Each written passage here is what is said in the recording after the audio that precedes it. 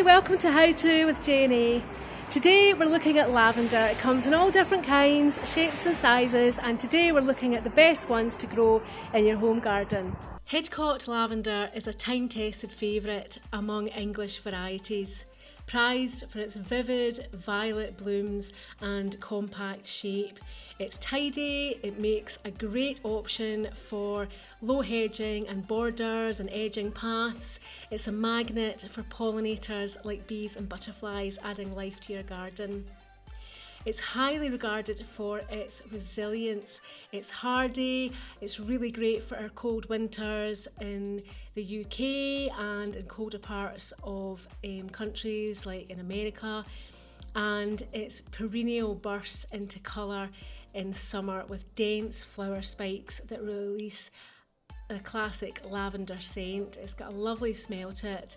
It's slender and it's got a lovely silvery grey foliage, which is evergreen.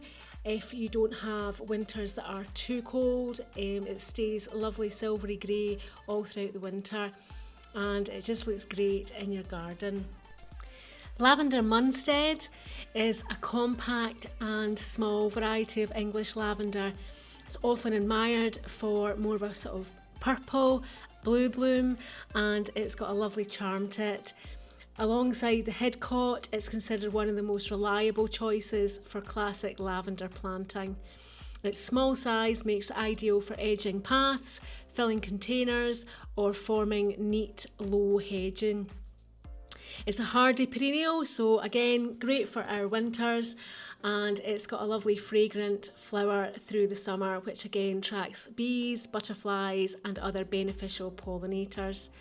It also has a silvery grey foliage and provides stunning contrast to other flowers, and it's got lovely stems that are nice to cut and dry, which is ideal for crafting, potpourri, scented sachets, that type of thing. So that's another really good hardy favourite.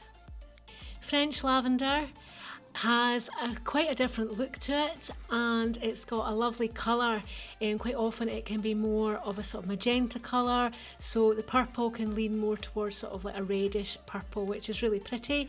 And it's got quite an unusual top to it, so you get this strong sort of compact flower that's got these tufts that come out the top. So some people call them rabbit ears, or the official term is bracts, and they are the tufts that come out the top and this lovely little bright flower. So these are not quite as hardy, so if you are in a cooler area like Scotland or England, you won't find that these are as hardy. They do like sunny spots, and they can also grow in sheltered places. They like free draining soil, and they don't like to be in a lot of water. So the good thing about these is that they do rebloom. They start more in the sort of summer and fall through into the autumn, and they can give lovely displays because they continue to bloom for the whole of that season. So they are really good for pots and borders and gravel gardens, and they are just that bit different with the extra flower that comes out the top.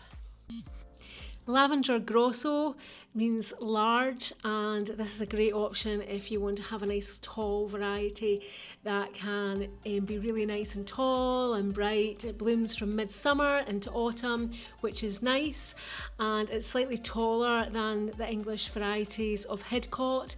It can reach up to 90 centimetres in height, which is a great statement piece to have.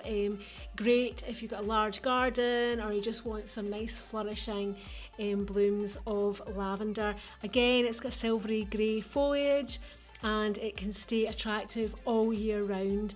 It's really good for cutting because it has the nice long stems, and it's got a really good essential oil content, so this is sometimes used for essential oils.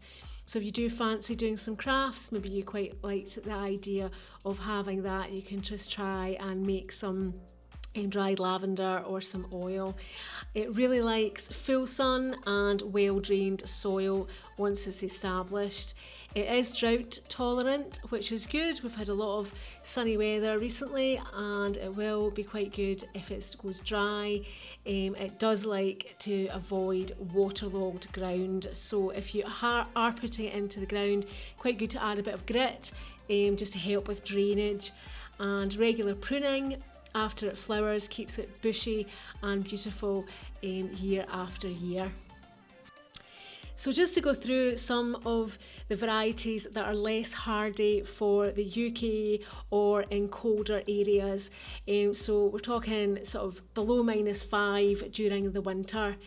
So we did mention French lavender. Unfortunately, that does need to stay in quite a sheltered area to survive the UK winters. So in Scotland, that would probably struggle with that unless you were able to keep it in pots and just take it into a garage or a greenhouse over the winter, or you could try putting some fleece covering, but that will struggle to come back year after year.